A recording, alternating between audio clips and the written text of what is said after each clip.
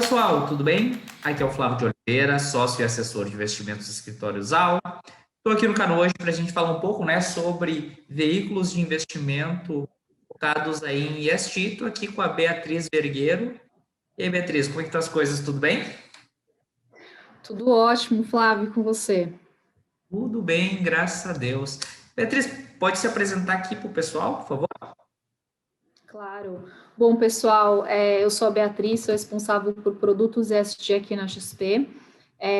Antes eu trabalhava com o mercado de capitais, então, ao todo, eu já estou na XP há 3 anos, e eu que sou responsável por essa área ESG que realmente faz a gente pensar em como virar essa chavinha do ecossistema do mercado financeiro para direcionar os propósitos dos investimentos. Maravilha.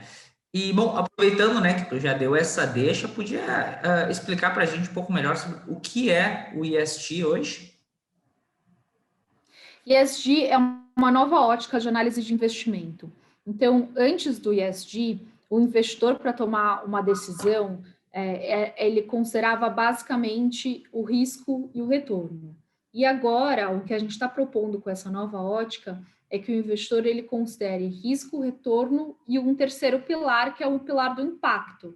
Então, o impacto que aquele ativo está causando, né, na sociedade e no meio ambiente. Então, esse impacto ele vai se traduzir em 3 letrinhas, né, que é o E, o S e o G, em português ASG, ambiental, social e governança. E aí, dentro de cada uma dessas 3 dimensões, tem uma série de boas práticas que são sugeridas, né, e são analisadas pelos investidores quando eles vão montar uma carteira de ações ou um portfólio qualquer de qualquer classe de ativo. Então, no pilar ambiental, a gente pode considerar, por exemplo, todas as questões de como um ativo, né, uma empresa, no caso, ela se relaciona com o meio ambiente, então, o uso eficiente da água, o uso de energias de fontes renováveis, emissão de carbono, que é um tema super relevante, entre outros. Então, também depósito de poluição e resíduos, né, como que a empresa joga fora esses resíduos produzidos pela atividade principal. Então, tudo isso é levado em conta quando a gente está analisando o ambiental, tá? No pilar social, acho que são 2 principais visões que a gente pode levar em consideração. A primeira visão é como que eu olho para dentro para os meus colaboradores. Então, se eu dou condições de trabalho justos para todos, se realmente o meu time é diverso e incluso, se todos têm as mesmas oportunidades, qual que é o plano de desenvolvimento para esses colaboradores. E aí, do outro lado, também, a relação que a empresa tem com o ambiente social que ela está inserida. Então, por exemplo, uma empresa de mineração, essa empresa deve olhar para como que as famílias dos mineradores podem ser ajudadas, podem ser desenvolvidas, como os filhos podem estar na escola e tal. Então, por exemplo, uma empresa de serviços tem que colocar o cliente em primeiro lugar, não cobrar taxas abusivas. Então, assim, isso varia de setor a setor, mas é sempre com esse foco no ambiente que a empresa está inserido. E o governança, né, esse grande pilar de governança, na verdade, ele vai formalizar via processos e políticas todas essas práticas ambientais e sociais. E aí todas essas formalizações, elas dão segurança e transparência para todos os stakeholders envolvidos na cadeia de valor da companhia. Pô, maravilha. E me diz uma coisa, como que funciona a estruturação aí dos produtos ESG? Legal você ter feito essa pergunta, Flávio, que eu acho que, na verdade, são coisas diferentes, são processos diferentes, abordagens diferentes para cada tipo de produto. Então, por exemplo, quando a gente fala de renda fixa e ESG, são 2 tipos de emissão. O primeiro tipo são os títulos temáticos, em que você faz uma emissão e o recurso dessa emissão ele precisa ser utilizado necessariamente num projeto que gere adicionalidade ambiental. Então, quando você faz um título verde, precisa ser adicionalidade ambiental, um título social, adicionalidade social. E aí, o outro tipo são os títulos ESG pós-fixados, que são muito conhecidos como Sustainable Linked Bonds. É quando você atrela a remuneração da operação a uma meta de sustentabilidade da companhia. Então, por exemplo, se a companhia não bater a meta que ela se comprometeu, vai ter um adicional de taxa, né, em cima daquela remuneração originalmente prometida. Então, isso é o que a gente fala da integração ESG em renda fixa.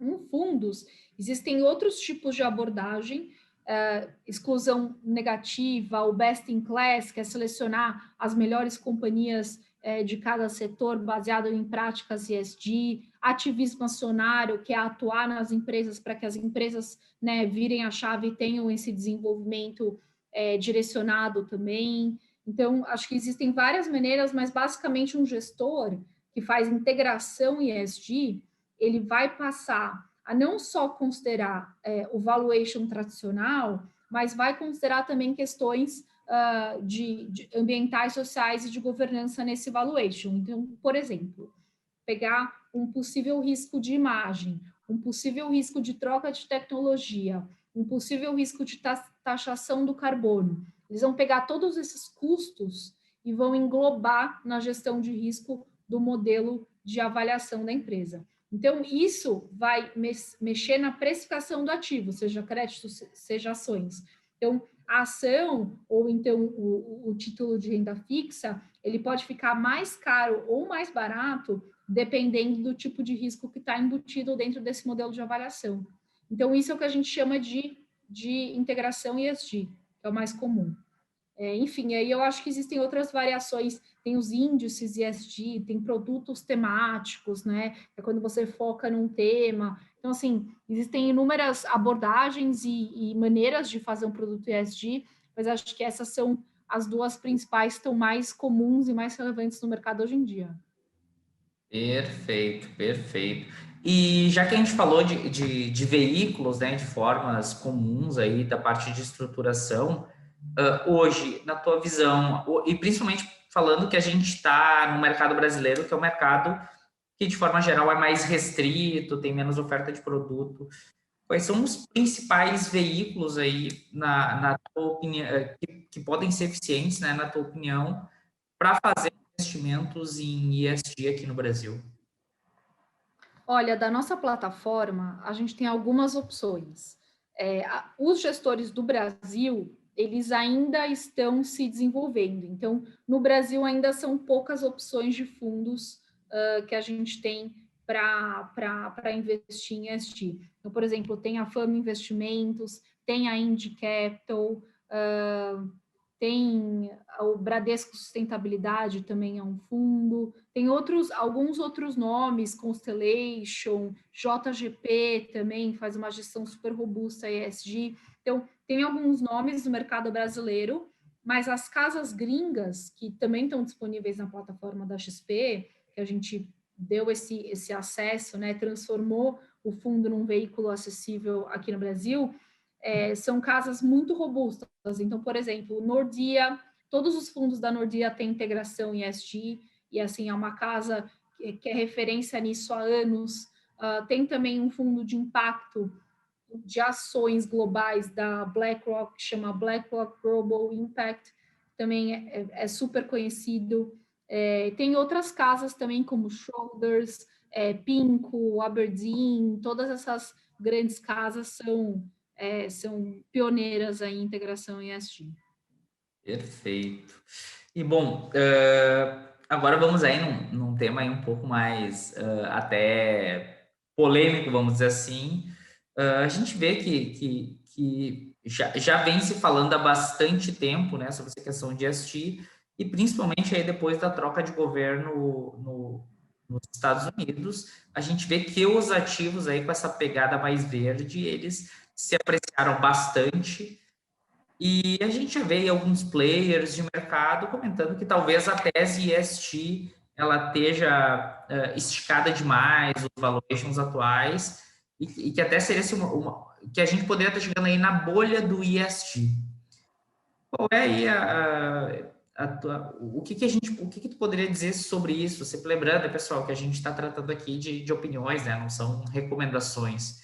mas qual é a tua visão sobre a bolha do ESG? Tu acha que isso existe, que isso não existe?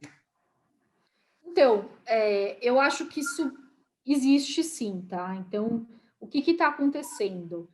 Quando a gente começou a falar em ESG no começo do ano passado, março do ano passado, junho do ano passado, ninguém conhecia.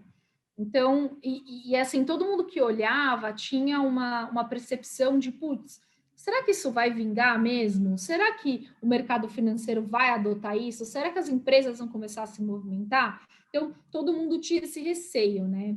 E aí, o que a gente viu, assim, no decorrer desse último ano, praticamente, é que, de fato, o mercado financeiro adotou essa agenda, ainda com a entrada do Biden, ganhou mais força ainda. A gente está recebendo uma pressão enorme, né, de todos os países estrangeiros por causa da Amazônia. Então, de fato, esse tema virou muito assim um foco, né? E aí o que acontece? Durante esse movimento, como esse tema está em foco, existem algumas pessoas que vão fazer o famoso greenwashing. Então, o que está acontecendo é que tem muita gente que é oportunista nesse tema. E aí, às vezes, usa A esse bandeira. nome, esse selo do impacto positivo para entrar nessa onda e faturar com essa onda, sair ganhando nisso, só que de fato não faz o negócio da porta para dentro, entendeu? Então, é o mesmo cuidado que você tem que fazer com qualquer tipo de investimento, né? Você precisa analisar a fundo, cada vez ter regras mais criteriosas, que eu acho que é isso que está acontecendo com o mercado. Então, antes a gente estava aqui, né? Assim, pensando numa linha crescente. A gente estava aqui no comecinho e o negócio está mandando assim muito no horizontal, e de repente fez assim. E quando está aqui, as pessoas vão tentar se aproveitar. Só que o que acontece? Os analistas, profissionais da indústria de mercado financeiro, vão ser cada vez mais exigentes, as análises vão ficar mais robustas. Então, um cara que está fazendo isso aqui por oportunismo, ele vai ser pego nesse crivo, porque o que acontecia é que antes as metodologias elas estavam mais superficiais, de acordo com o desenvolvimento do mercado. Mas quando isso aqui levantar a barra, o cara que está fazendo isso aqui só por greenwashing, ele não vai passar nos crivos. E aí a gente vai realmente ter uma barra mais alta de seleção, de colocação de produto e de investimento. Então, eu acho que existe sim essa onda de oportunismo, tá? Mas existe também todos os profissionais analíticos, né? E eu acho que os órgãos reguladores também trabalhando em conjunto com os grandes players do mercado financeiro para barrar isso aqui e realmente ter metodologias robustas, únicas, reportings frameworks, sabe, parecidos, que todo mundo siga uma única taxonomia, né? Então, e muito parecida com o que eles já têm na Europa. Então, a ideia é realmente que tenham esses regulamentos, né, globais, para ajudar a indústria a se desenvolver de uma maneira correta e sustentável. Entendi. Então, falou sobre cuidados, de certa forma, e com empresas que elas podem estar adotando aí um ESG de fachada para tentar surfar essa onda. Perfeito. Mas tu acha que isso pode ser um driver de detração para os ativos ESG de forma geral? Ou que não, isso é uma coisa assim que, poxa, as pessoas vão ficar pelo caminho, essas empresas que fazem esse greenwashing, e os ativos que são ESG mesmo, eles vão ter um fundamento econômico e tendem e tem futuro, digamos assim, não é uma tese que o mercado vai abandonar tão cedo, na tua visão.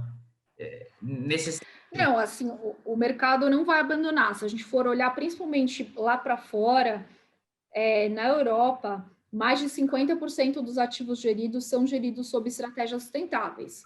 E isso, quando a gente repete essa análise aqui para a indústria de fundos de ações no Brasil, quase 1% da indústria é gerida sobre estratégias sustentáveis. Então, assim, tem muito para crescer, mas muito mesmo.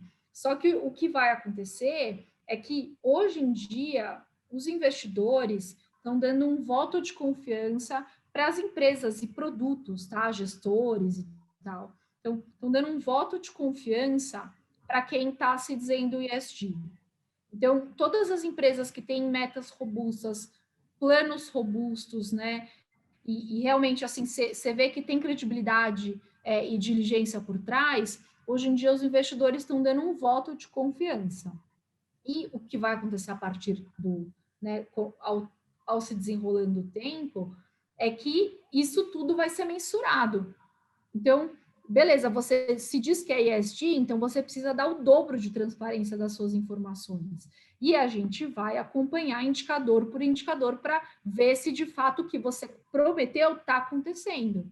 E aí, se não está acontecendo, provavelmente as empresas e produtos vão perder os investimentos. Os que estiverem performando bem vão continuar e manter um track record aí e um reconhecimento, né?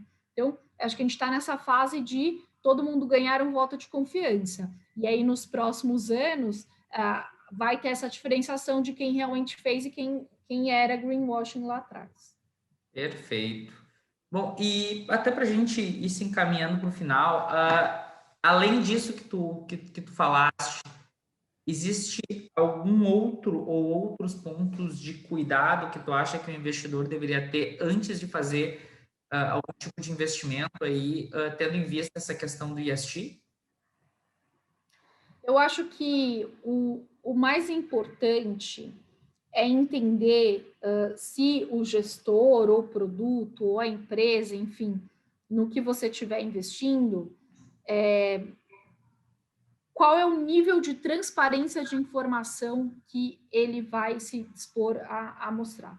Porque isso é o mais importante do ESG, né? Você precisa ter transparência para fazer as suas análises. Porque se o gestor não dá transparência, ele pode não estar gerando nenhuma adicionalidade com o trabalho dele. Ou se, né, por exemplo, uma empresa capta mercado, fala que vai usar num projeto que vai tornar o processo mais ecoeficiente, a pegada de carbono dela não diminui, alguma coisa está estranha. Então, eu acho que a grande questão aí do mercado financeiro, né, e desse mercado ESG de impacto, é você entender como você vai mensurar isso e ficar de olho. Realmente tem que acompanhar, tem que ver se eles realmente estão fazendo o que se propuseram a fazer. Então, a gente está vendo cada vez mais empresas de research cobrando dados ESG das empresas. Então, eu imagino que cada vez mais os relatórios vão conter esse tipo de análise e cada vez mais o investidor que está ali na ponta final investindo vai ter esse tipo de insumo para tomar decisão. Então, isso eu acho mais assim, importante. O mais importante de tudo é você ter certeza que aquilo que ele se diz fazer impacto realmente está gerando impacto. Então, essa coerência entre ação e demonstração. Excelente, maravilha. Então, pessoal, bom, gostaria aí de agradecer a presença de todos vocês, né, a visualização. Bia, muito obrigado aí pelo teu tempo e por dispor todas essas informações aí para a gente. Muito obrigada pelo convite, Flávio. E investidores, por favor, não deixem de estudar, não deixem de analisar e realmente pesquisar que os ativos que vocês estão investindo realmente estão se comprometendo de um jeito robusto e planejado para fazer aquilo que eles estão se predispondo a fazer. É isso aí, então. Então, pessoal, espero que vocês tenham gostado do vídeo. Se gostaram, não esqueçam, né, de dar o joinha de vocês aqui embaixo, seguir no canal e assinar o sininho das notificações para saber sempre que a gente subir um vídeo novo, ok? Um forte abraço a todos e bons investimentos!